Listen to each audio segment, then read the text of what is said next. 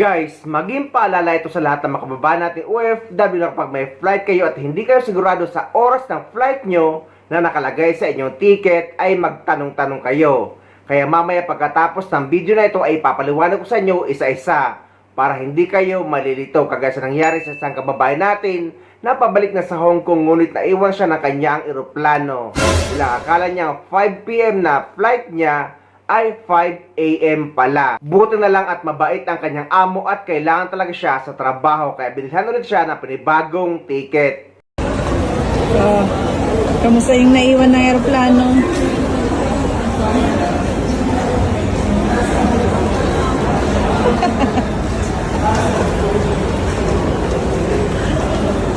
Ano? Naiwan ako ng aeroplano. Akala ko hapon yung 5 PM. Yung pala 5 AM, madaling araw. Ay naku. Hi guys, sa mga nagtatanong doon sa post ko about sa naiwan ako ng flight ko kaninang madaling araw. Totoo po yun. Naiwan talaga ako, grabe. First time ko talaga, akala ko kasi 5 PM kasi yun ang gusto namin talaga na i-book. Pero yung na-click pala namin is 5 AM. Kaya yun talaga yung tumatak sa isip ko na 5 PM. So, hindi na ako nag-check. Pero tinig ko rin kagabi. Pero, nakita ko talaga 5 PM. Yung pala 5 AM yun kasi naka-military time talaga. Mali ko talaga. Pero, after nun, tumawag ako kay ma'am na gano'n ang nangyari. Tapos, sabi niya, kasi nga kailangan niya talaga ako. Kaya nga, maliit lang yung ko, pagbakasyon, 2 weeks lang talaga kasi kailangan niya ako ngayon. Kaya yun, binook niya kaagad ako sa PAL. Yan, may na ako. May ticket na ako. Tapos nakapag-check-in na rin ako. After ng Terminal 3, pumunta ako dito sa Terminal 1 para mag-check-in. At nandito na rin. Okay na, nakapasok na ako dito. Mamayang alas 6 ang boarding ng flight ko. Yun na kinuha niya. Same day din. Tapos, ang mahal talaga guys. Mag 2,000. Yan lang. Kaya, grabe talaga. First time ko talaga. Parang grabe yung, hindi naman ako kinabahan kanina. Sabi ko, kaya okay lang kung hindi ako makasakay, uwi ako. Parang ganun ba? Parang kasi parang mabigat na aalis ako ngayon. Parang ayoko pa sanang umalis. Kaya siguro ganun. Pero wala talaga magagawa kasi kailangan na talaga ako ni ma'am. Ayun, binook niya talaga kaagad ako ng ticket. Ayun. Saka may na rin siya, may 23 kg na na chicken luggage. Dumating na ako dito sa Hong Kong. Dumating ako kagabi, saktong alas 12 ng gabi. Dumating ako dito sa bahay ng employer ko. Doon po sa nag-viral na mga video ko sa airport, doon about sa naiwan ako ng airplane, na miss ko yung flight ko. Totoo po talaga yon. Sa mga nagsasabi na content ko lang or dahil content creator daw, kaya nag-acting ako doon sa airport. Hindi po. Totoo talaga yun. Tsaka, first time din nangyari yun sa akin. Ang tagal-tagal ko nang pabalik-balik ng Pilipinas, kung saan-saan ako napupunta, na may plane ticket, tapos may time na ganyan. Ito lang talaga yung pinaka unforgettable na nangyari sa akin na naiwan ako. Yung parang ako na maling akala kasi nga pag-book talaga ng ticket ko, May, kasama ko yung amo ko nag-book. Kasi sabi ko, ikaw na mag-book. Kasi usually talaga, ako nag-book ng ticket ko. Sabi ko sa kanya, ikaw na mag-book kasi ikaw naman ang kukuha ng ticket. Tapos sa'yo naman yung card. Sabi ko, alangan na ilalagay mo pa sa akin. Pero pwede naman, pero gusto ko lang talaga na siya ang mag-book. Pero dalawa din naman kami ang nag-book. Kumaga, nag-choose kami ng time, ng date, ganyan. Ang sabi ko kasi sa kanya, ang pinili ko, alas 5 ng hapon. Akala ko yung alas 5 ng hapon na yun, na sinabi ko sa kanya, yun ang ginselect niya. Kaya nasa mindset ko na talaga na is hapon talaga ang flight ko pabalik dito. Kasi umaga yan ang magta-travel ako papuntang airport para may time ako ba. Kasi kung madaling araw, kung gabi, wala na akong time talaga. Kumbaga, hindi convenient sa akin kasi galing pa ako ng Cavite.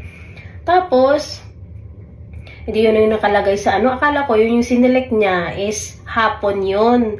Kaya doon talaga nakatatak na 5 p.m. Pero hindi ko talaga chinek kung AM ba yun or PM na naka-military time pala. Kasi parang hindi na yun na ano kasi sa utak ko na naka-military time pala. Yung pala yun. Tapos, kahapon, umaga, pumunta kami ng airport sa Terminal 3 kasi nga Cebu Pacific yung dumating kami kahapon, dumiretso kami ng Terminal 3. Yung parang, napaka-komportable, yung parang ano ka, yung basta, tuloy lang, yung ganun ba, yung parang feeling mo is, yung parang kampante ka about sa flight mo. Pagpunta ko dun sa loob, tapos, ginkilo ko na nga yung baggage ko. Tapos sabi ng, yung sa counter, sabi niya, ma'am, sino nag-book ng flight nyo? Sabi ko yung amo ko na sa kanya kasi, pero ang email ko yung ginamit ko. Sabi ko ng ganun. Sabi niya ng ganun. Tapos sabi niya, ma'am, kaninang umaga pa po yung flight nyo. Hindi po. Sabi ko, akala ko hapon yan. Sabi niya, hindi po. Umaga po ito, hindi ito hapon. Yun, in-explain niya sa akin lahat-lahat. Ay, yung parang ako ba? Parang hindi naman ako, yung parang naiiyak, yung gano'n, dahil na-miss ko yung flight ko. Parang sabi ko, okay lang, mag-stay na lang ako dito sa Pilipinas, sabi ko ng gano'n.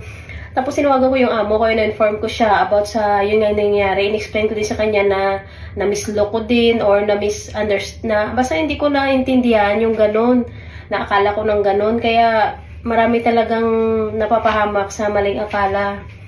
Kaya kasalanan ko talaga, or basta wala na tayong sisihin yung kundi sarili natin, sarili ko talaga, na ganun ang pagkaintindi ko.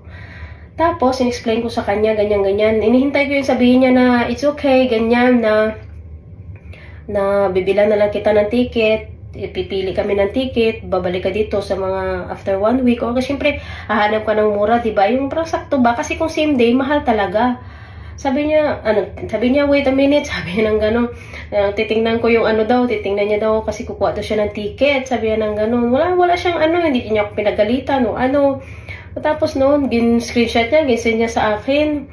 Sabi ko, ang mahal naman. Sabi ko ng gano'n. May mga time na doon. Sabi ko, napaka-early. Sabi ko ng gano'n. Kasi nandito na ako sa airport. Sabi ko ng gano'n, meron daw mga alas 2. Sabi ko, hindi. Sabi ko kasi nga, pipila pa ako doon kasi na yun para mag alas 12 na, parang wala nang time ba, baka magtakbo-takbo na ako noon. Tapos ganun ang nangyari, no? Ay, gusto niya talaga kahapon din ako mag-flight, nagpili talaga siya ng mga airlines.